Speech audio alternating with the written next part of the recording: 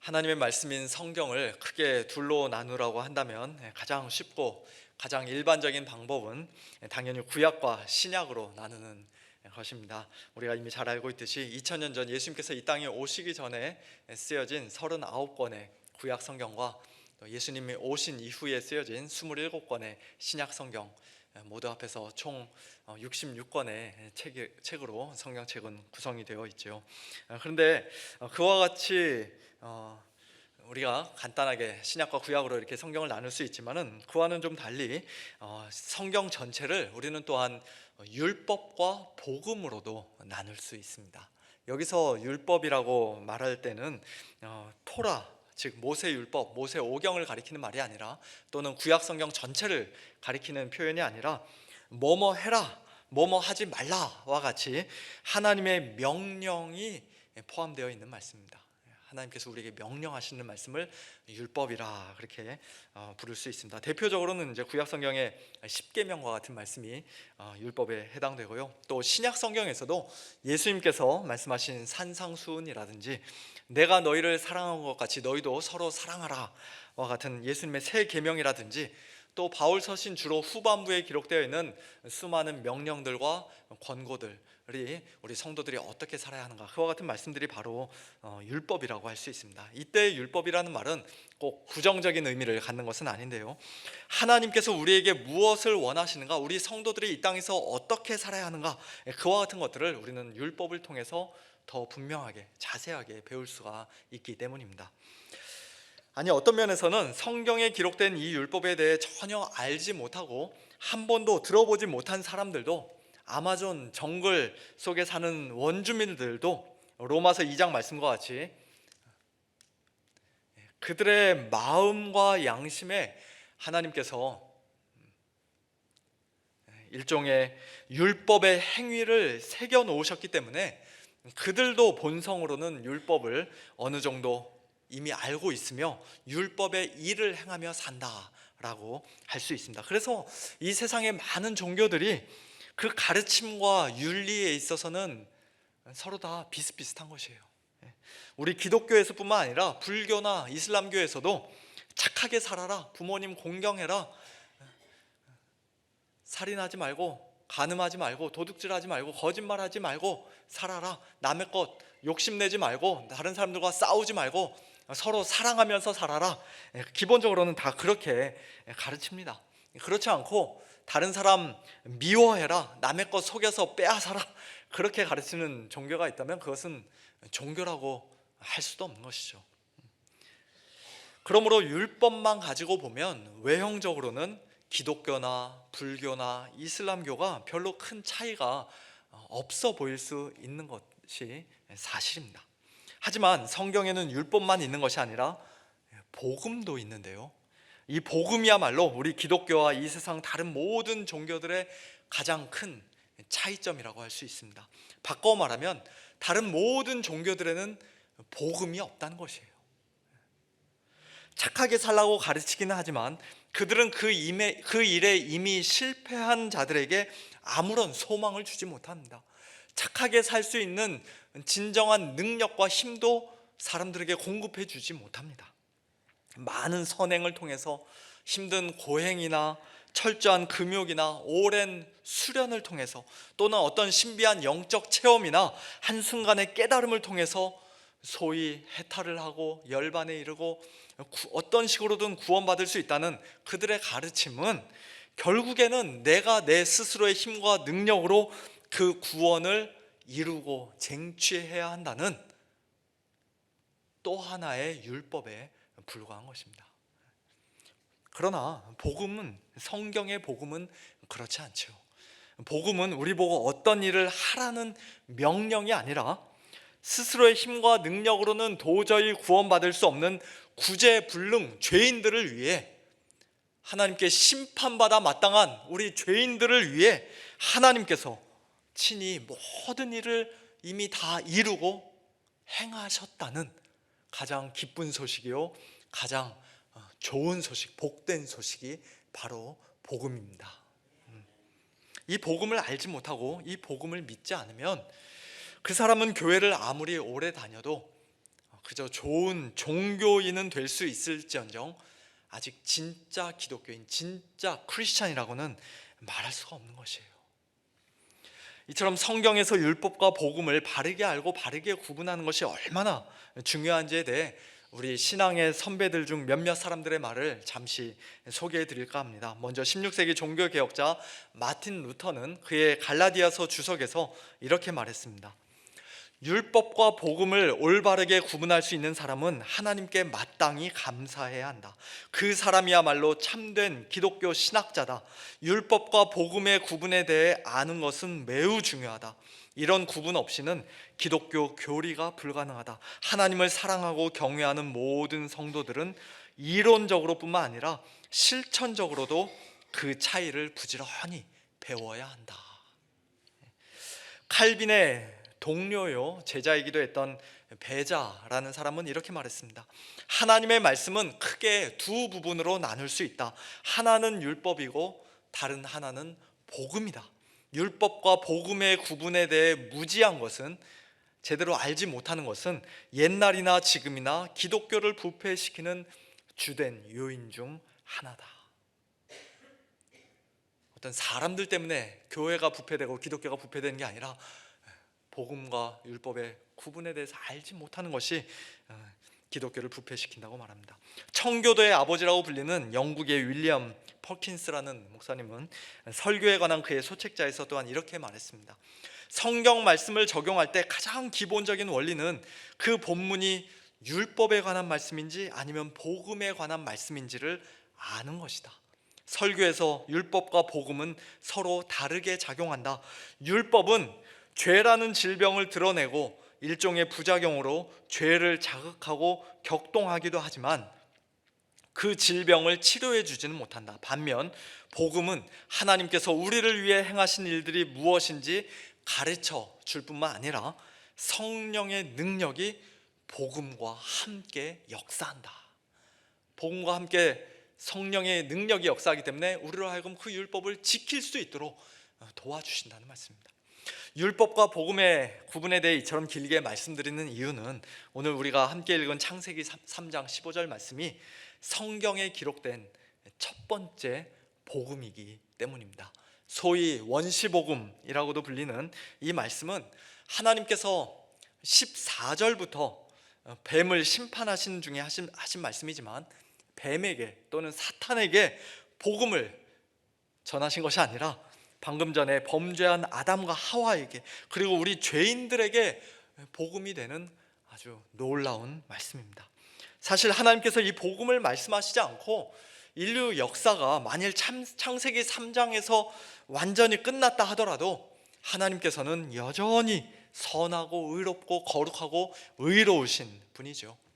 선악과를 먹지 말라, 먹으면 반드시 죽을 것이다 라는 하나님의 명령을 그 당시에 얼마든지 지키고 순종할 능력이 있었던 아담과 하와가 고의적으로, 의도적으로 하나님의 그 명령을 어기고 사탄과 한편이 되어 하나님께 반역했을 때 그들의 창조주시오 만왕의 왕이신 하나님께서는 그들을 즉시 죽이고 철저하게 심판하실 수 있었습니다. 하지만 하나님은 그렇게 하지 않으셨어요. 오히려 그들을 위해 하나님께서 친히 놀라운 일을 행하겠노라고 그들에게 복음을 말씀하셨습니다. 어떤 놀라운 일을 행하겠다고 말씀하셨습니까? 먼저 첫 번째는 방금 전에 같은 편에 서 있었던 뱀과 하와가 또 장차 그들의 후손이 서로 원수가 되게끔 하시는 일이었습니다. 내가 너로 여자와 원수가 되게 하고 내 후손도 여자의 후손과 원수가 되게 하겠다라고 하나님은 말씀하셨습니다. 원수가 되게 한다라는 이 말은 직역하면 적대감을 둔다라는 말인데요. 지금 이 말씀을 하시기 전까지는 사실 뱀과 하와 사이에 적대감이 아니라 친밀감이 있는 그런 상태였습니다. 하와는 선악과를 먹으면 반드시 죽을 것이라는 하나님의 말씀보다 너희가 결코 죽지 아니하리라는 뱀의 말을, 사탄의 말을 더 믿고 따랐습니다. 하나님보다 뱀의 손을 들어준 것이에요. 하나님을 반역하는 일에 뱀과 여자가 한마음 한뜻으로 같은 편이 되었던 것입니다. 그와 같은 상황에서 하나님께서 가장 먼저 하신 일은 그 둘 사이에 적대감을 두심으로써 그 둘을 멀리 떼어내고 갈라 놓으신 것이었습니다. 하나님께서 친히 두신 그 적대감 때문에 뱀과 여자는, 또 그들 각각의 후손은 이제 더 이상 같은 편이 아니라 서로가 서로를 미워하는 관계, 즉 원수 관계가 될 것입니다. 그리고 여자가 뱀과 원수가 되어 이제 뱀을 미워하고 사탄을 미워한다는 것은 다른 말로 하면 하나님과 다시 한편이 되어 하나님을 사랑하는 자가 된다는 의미라고도 할 수 있습니다. 그런 놀라운 일을 하나님께서 친히 행하겠노라고 지금 말씀하신 것이에요. 이처럼 복음은 단순히 죄를 미워하라, 사탄과 원수가 되라, 하나님만을 사랑하라는 명령이 아니라 스스로 그렇게 할 수 없는 죄인들로 하여금 반드시 뱀을 미워하고 사탄을 대적하는 자들이 되게끔 하겠노라는, 내가 그렇게 하겠노라는 하나님의 일방적인 약속의 말씀인 것입니다. 그리고 그 약속을 하나님께서 신실하게 다 지키시고 이루셨기 때문에 하나님께 이미 범죄하고 반역한 그 죄인들이 다시 하나님께로 돌아와 하나님과 한 편을 먹고 하나님을 참으로 사랑하는 자들이 될 수가 있는 것이에요. 만일 저와 여러분이 지금 이 시간 사탄과 한 편이 아니라 하나님과 한 편이라면 우리에게도 하나님께서 이런 놀라운 일을 이미 행하신 줄로 믿습니다. 우리 스스로는 마음으로부터 죄를 미워할 수가 없었습니다. 우리는 원래 우리의 주인이었던 사탄의 손아귀에서 스스로 벗어날 수가 없는 자들이었고, 또 굳이 벗어나고 싶은 그런 마음조차도 없던 자들이었습니다. 그런 우리의 마음을 하나님께서 새롭게 변화시켜 주셔서, 우리의 어두운 눈을 하나님께서 활짝 열어주셔서 우리로 하여금 죄와 사탄의 그 흉악한 실체를 똑똑히 보게 해 주셨기 때문에 이제는 우리가 죄를 사랑하는 그 마음을 내버리고 사탄을 우리 편으로 여기지 않고 오히려 적대하면서 대적하면서 원수로 여기면서 하나님만을 참으로 사랑하는 그와 같은 성도들이 된 것입니다. 우리의 구원은 이처럼 오직 하나님께서 먼저 시작하셨고 또 하나님께서 친히 이루시는 것임을 우리는 오늘 창세기 3장 15절에 기록된 이 첫 번째 복음을 통해서 분명히 보게 됩니다.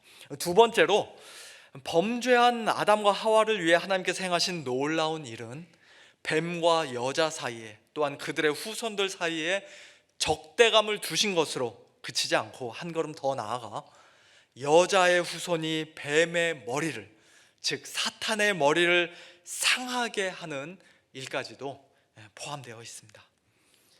우리말로 후손이라고 번역된 제라라는 히브리어 단어는 원래 씨라는 뜻을 가지고 있는데요, 우리말에서도 씨가 곧 자손이고 후손이라는 뜻으로 사용되지 않습니까? 이 말은 한 명의 자손을 가리킬 수도 있고 또는 집합적으로 여러 명의 후손들을 가리킬 수도 있는 그런 단어입니다.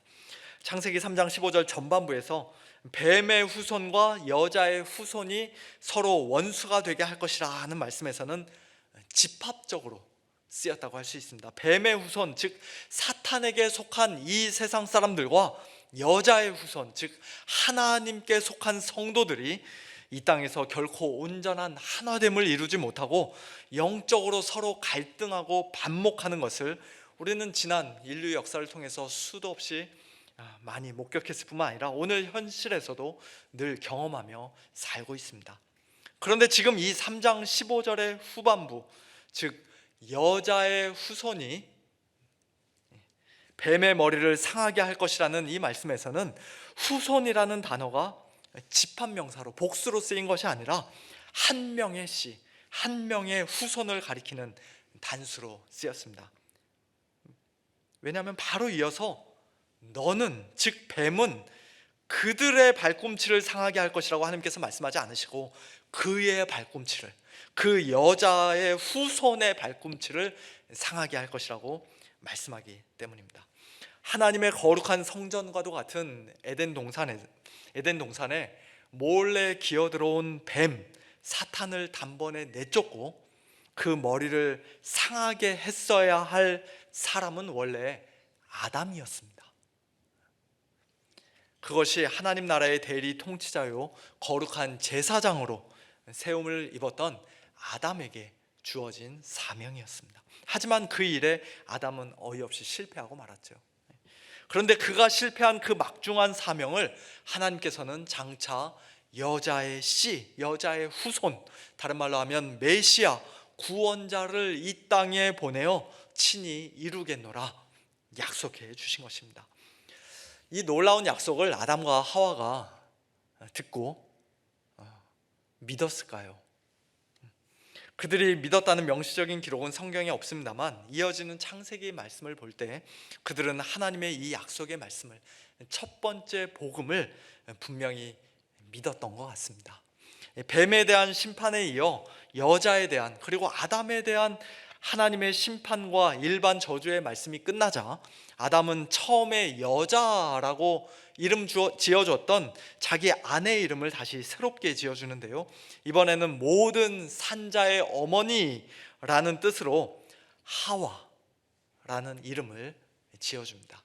사실 그 앞에서는 하와라고 이렇게 나오지 않죠.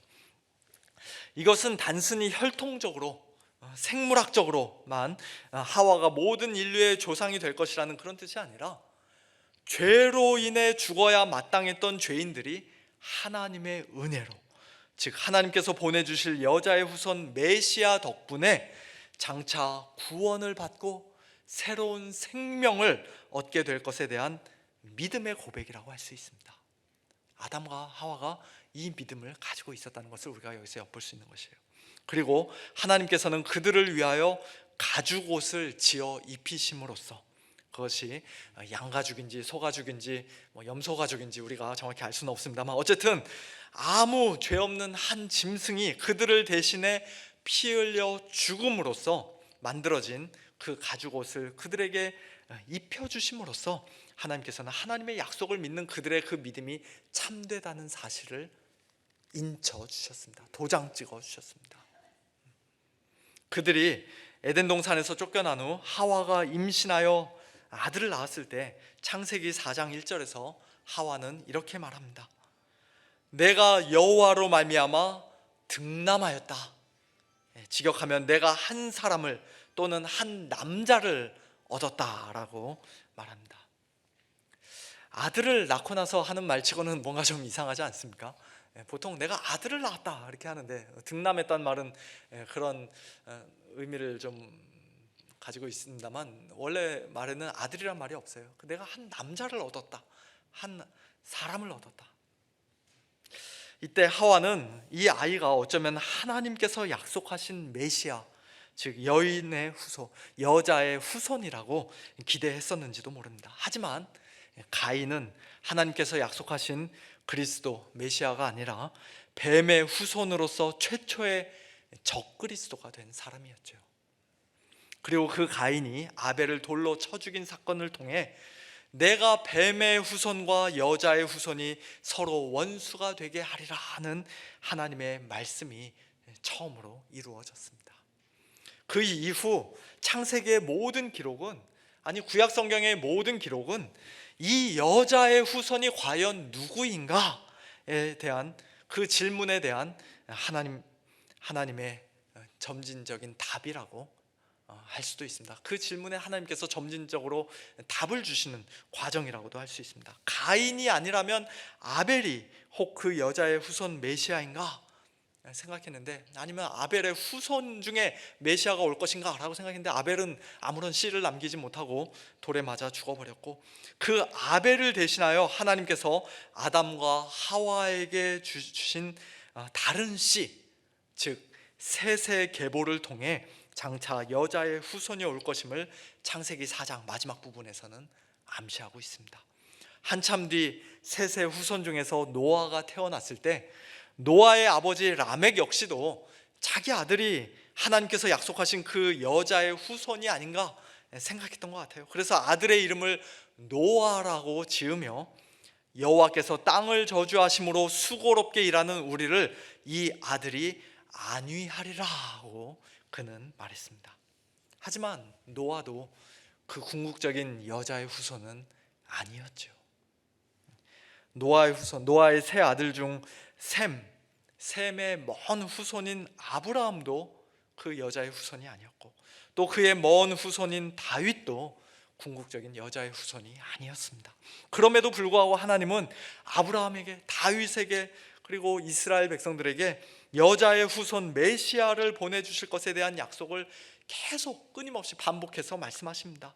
내가 네게 큰 복을 주고 네 씨가 크게 번성하여 하늘의 별과 같고 바닷가의 모래와 같게 하리니 네 씨가 그 대적의 성문을 차지하리라.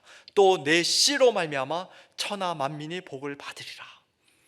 앞부분에서는 내 씨가 여러 사람인 것처럼 말씀하셨는데 뒤에 가서는 한 사람의 씨를 말씀하십니다. 내 씨가 대적의 성문을 차지하고 내 씨로 말미암아 천하 만민이 복을 받으리라.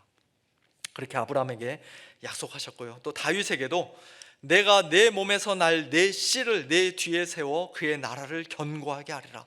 그는 내 이름을 위하여 집을 건축할 것이요 나는 그의 나라 왕위를 영원히 견고하게 하리라고 약속해 주셨습니다. 구약시대 하나님의 백성들은 이처럼 하나님께서 장차 보내실 그 여자의 후손 메시아를 믿는 믿음으로, 다른 말로 하면 하나님의 약속, 복음을 믿는 믿음으로 구원을 받았습니다. 그들은 모세 율법을 잘 지켜서 구원받았고, 신약시대 우리는 믿음으로 구원을 받는 그런 것이 아니에요. 둘 다 똑같이 동일한 믿음으로, 오직 믿음으로만 구원을 받습니다. 가인이 아벨을 죽인 것부터 시작해서 그 후 모든 인류의 역사는 뱀의 후손이 여자의 후손을 미워하고 죽이려 하는 그런 영적 싸움의 역사라고 해도 과언이 아닙니다. 애굽의 바로 왕은 이스라엘의 남자 아기가 태어나는 즉시 나일강에 버려서 죽이라고 명령했고요. 또 출애굽한 이스라엘 백성을 뒤쫓아가서 다 죽이려 했습니다.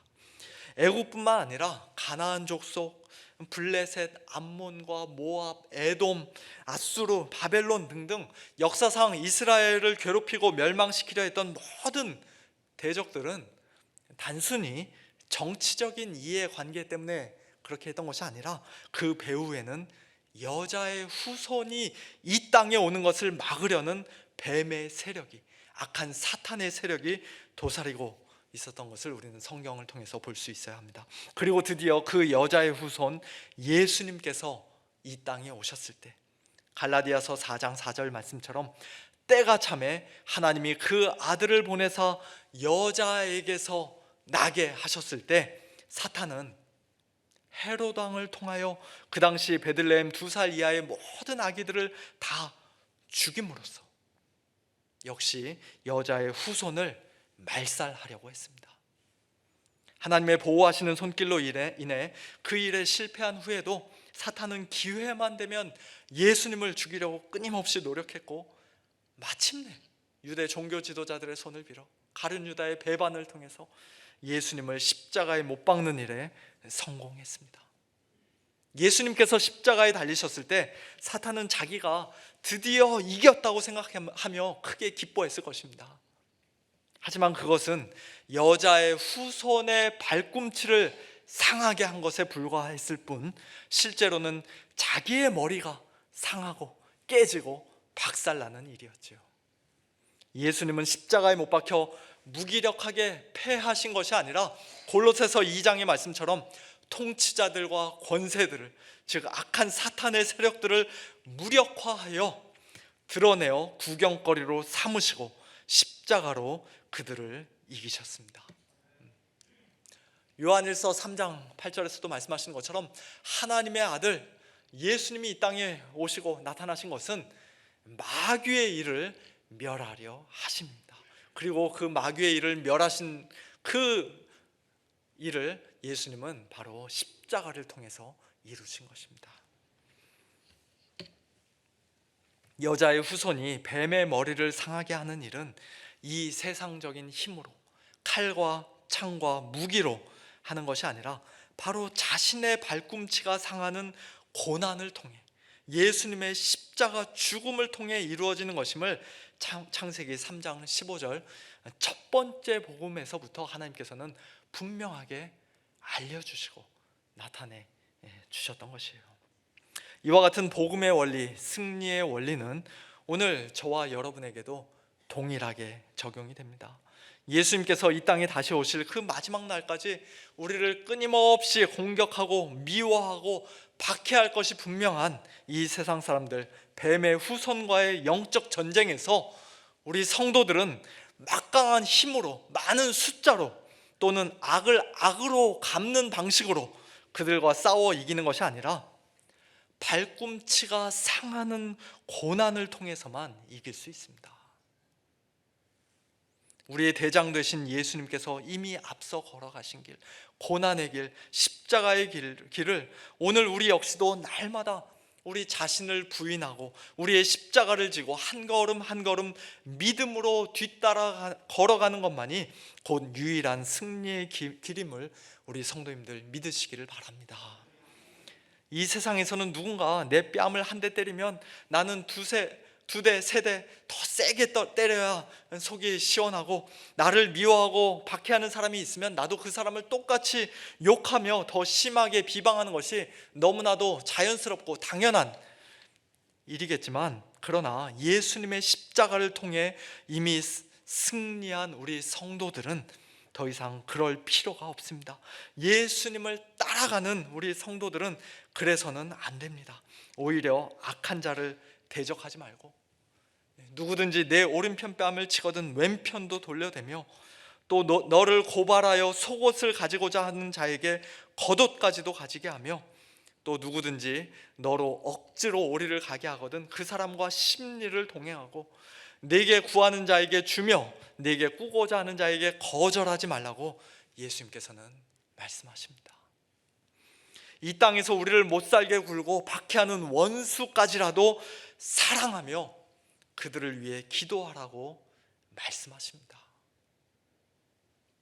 비록 지금 당장은 그것이 바보 같아 보이고 지는 것처럼 보이고 속수무책 그냥 힘없이 당하는 것처럼 보여도 궁극적으로는 그것이 곧 이기는 길이요, 또 이미 승리하신 예수님을 참되게 믿고 따라가는 우리 성도들의 마땅한 삶이라고 말씀하시는 것이에요. 우리 주님께서는 뱀의 머리를 깨뜨리시기 위해 손과 발에 대못이 박히고 피 흘려 죽기까지 하셨는데, 우리 각자의 십자가를 지고 예수님의 뒤를 따라가는 오늘 저와 여러분에는, 여러분의 발꿈치에는 과연 어떤 상처들이 있습니까? 사도 바울은 내가 내 몸에 예수의 흔적을 지니고 있노라고 자신 있게 말할 수 있었는데, 오늘 저와 여러분은 예수님을 따른다는 이유로, 예수님을 믿는다는 이유로 우리의 삶에 어떠한 못자국, 창자국, 아니 살짝 긁힌 자국이라도 예수의 흔적이 우리에게 있는지요? 대못은커녕 조그만 가시조차, 신발 속에 들어온 작은 모래알 하나조차 참지 못하고 잠시도 견디지 못하는 그런 부끄러운 모습으로 혹시 우리가 살고 있는 것은 아닌지, 우리 자신의 모습을 이 시간 정직하게 돌아보기를 원합니다. 사랑하는 성도 여러분, 우리가 이 땅에서 성숙한 성도답게 사는 일에 자주자주 넘어지고 실패하는 진짜 이유는 우리가 어떻게 살아야 하는지, 무엇을 해야 하는지 잘 몰라서가 아닙니다. 율법을 몰라서가 아니에요. 그보다는 훨씬 더 근본적인 이유는 복음이 우리 안에 너무나도 빈약하기 때문입니다. 산상수훈에서 말씀하신 우리 주님의 명령, 곧 율법이 얼핏 보면 다른 종교들의 가르침과 상당히 비슷해 보일 수도 있지만, 그러나 그 말씀에 실제로 순종하며 살아갈 수 있는 사람은 오직 복음을 바르게 알고 참되게 믿는 우리 성도들밖에 없습니다. 복음의 능력으로만, 또한 그 복음과 더불어 역사하시며 우리의 연약함을 날마다 도우시는 성령의 능력으로만 우리 성도들은 하나님의 말씀, 예수님의 말씀에 순종할 수가 있습니다. 내가 너희를 사랑한 것 같이 너희도 서로 사랑하라는 예수님의 새 계명 역시도 예수님이 우리를 얼마나 사랑하셨는가, 예수님이 우리를 사랑하셔서 어떤 일을 하셨는가, 어떤 식으로 사랑하셨는가, 그 복음을 바르게 알고 참되게 믿는 성도들만이, 그 사랑을 실제로 받은 자들만이 이제는 너희도 그와 같이 서로 사랑하라는 말씀에 순종할 수가 있는 것이에요. 우리 스스로는 그 사랑을 도저히 만들어낼 수 없고 흉내낼 수도 없습니다.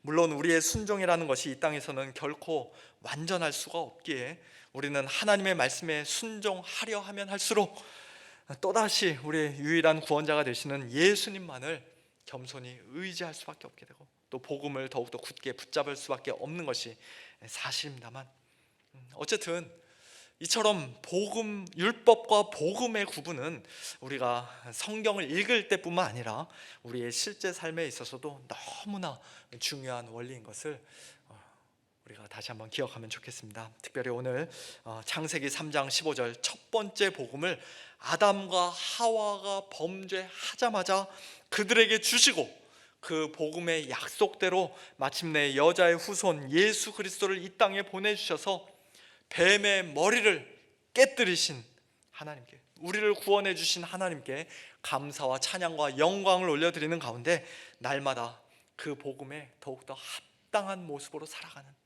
힘으로가 아니라 고난받음으로써 합당한 모습으로 살아가는 복된 저와 여러분, 우리 모두가 될 수 있기를 예수님의 이름으로 축원합니다. 함께 기도하겠습니다.